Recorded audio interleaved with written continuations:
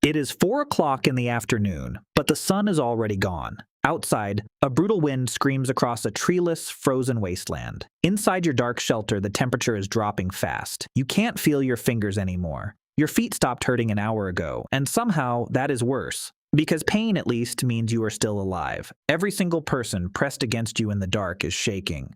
A child cries in the huddle, then slowly falls silent. You are afraid to look and see why. This isn't a scene from a movie. This was Tuesday, every single night, for months on end, for thousands of generations of your ancestors. During the peak of the last ice age, the cold wasn't just a season. It was a hunter that never stopped hunting. And to survive it, ancient humans had to pull off the ultimate engineering miracle. Without central heating, without insulated jackets, and without any modern technology.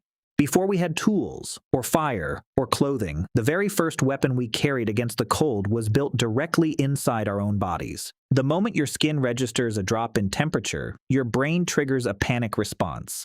It shuts down the blood vessels in your hands and feet, a process called vasoconstriction, and pulls all that warm, life-saving blood inward to protect your vital organs. Your body is quite literally sacrificing your fingers and toes to keep your heart and brain beating. Then your muscles take over. Shivering isn't just a sign that you're cold, it is an active survival mechanism. Your muscles fire over and over on purpose, turning themselves into tiny internal furnaces to burn calories and generate raw heat.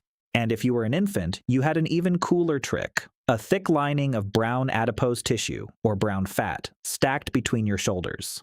Unlike normal fat, which stores energy, brown fat exists solely to burn itself, acting like a built-in electric blanket for a fragile newborn. But biological furnaces have a fatal flaw. Shivering burns through your energy at a terrifying rate. If you don't find food and fast, the furnace runs out of fuel. The shivering stops. And when the shivering stops, you are almost out of time. If you're imagining a prehistoric human running around with a loose reindeer hide draped over their shoulder like a cartoon caveman, think again. In a true Ice Age winter, that loose drape is a death sentence. Cold air pours in from every gap, stripping away your body heat in minutes. To survive, our ancestors had to invent a technology so powerful that anthropologists call it one of the most important inventions in human history.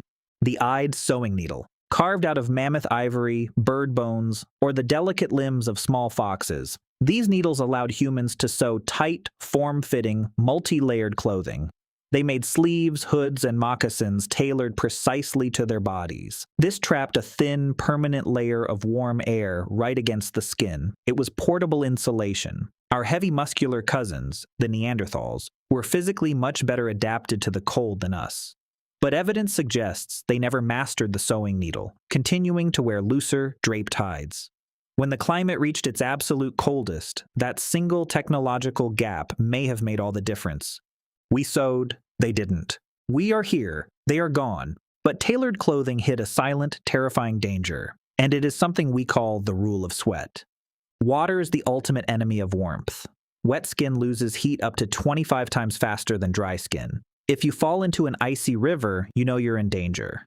But during an Ice Age hunt, you could easily kill yourself without ever touching water, just by working too hard. If you ran after a reindeer and broke into a sweat inside your tight, insulated furs, that moisture would soak into the inner layers of hide. The moment you stopped running, that trapped sweat would turn to ice. Your own clothing would freeze you to death from the inside out. Ancient humans had to master the delicate art of thermal regulation. They learned to move slowly, to vent their clothing by opening collars and sleeves before they got too hot, and to manage their pace like a machine that was never allowed to overheat. In the sub-zero wild, staying dry was far harder and far more critical than staying warm. But what happened when you weren't moving?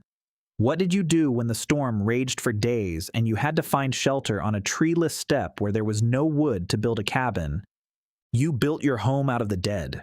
In places like modern-day Ukraine and Russia, archaeologists have uncovered the ruins of extraordinary Ice Age architecture, mammoth bone houses, These weren't random piles of bones. They were planned, highly engineered structures. Our ancestors stacked massive mammoth skulls to form solid, wine-breaking foundation walls. They used heavy leg bones as structural pillars and interlocked giant, curving tusks to form a dome-shaped roof. The entire bone frame was then draped in thick hides and packed with earth. Inside these cozy, insulated domes, they did something else that sounds impossible on a treeless plain. They burned bones for fuel. Fresh bone contains fat and marrow that, once ignited, burn hot and slow. But bringing a bonfire inside a closed dome meant breathing thick black soot night after night. Excavated skeletons from this era show lungs stained solid black with soot. To survive the sub-zero winds, families made a daily, conscious trade-off. Slowly poison their lungs with warm smoke, or freeze in the clean, freezing air. They chose the smoke. Inside those smoky bone domes, nobody ever slept alone. Sleeping alone in the deep ice age was a death sentence. Instead, the entire tribe slept in one massive, tangled heap of bodies. Family, strangers, children, and elders pressed skin to skin to share and trap their collective heat. But this survival huddle was governed by a harsh, silent social contract. The center of the pile was the warmest and safest spot. The outer edges took the brunt of the freezing drafts. Every night, without saying a word, the tribe decided who was worth protecting. The hunters, the elders with crucial knowledge, and the mothers with infants slept in the warm center. The weakest or least useful were pushed to the freezing edges. But then, we found an ally to help share the cold. As wild wolves began to camp near our fires and transition into the first domestic dogs, we realized they carried a biological superpower. A dog's body temperature runs higher than a human's. They are living, breathing heaters that don't require firewood. By pulling these warm animals into the sleeping pile, we added a massive source of heat. In fact, an old Australian Aboriginal term still used today captures this survival strategy perfectly. They measured how cold a night was by how many dogs you had to sleep with to survive it. A cold night was a 2-dog night. A night that could kill you was a 3-dog night. Every single night for over 40,000 years, our ancestors fought a quiet, relentless war against the frost. They didn't win because they were physically stronger than the ice. They won because of their minds.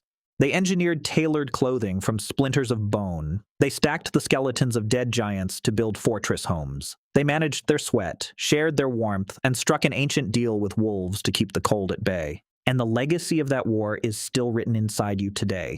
It is the reason why you instinctively curl into a ball when you're cold. It's why staring into a crackling fire instantly quiets your modern, stressed brain. And it's why when your feet get cold at night, you feel a sudden, urgent need to pull them safely beneath the blanket.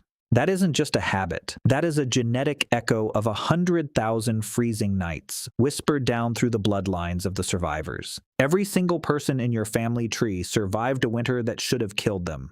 They kept the flame alive so that one day you could wake up warm. The next time you turn up your thermostat or zip up a winter coat, take a second to look back. You are wearing the ending of a story that was written in ice, bone, and the refusal to freeze.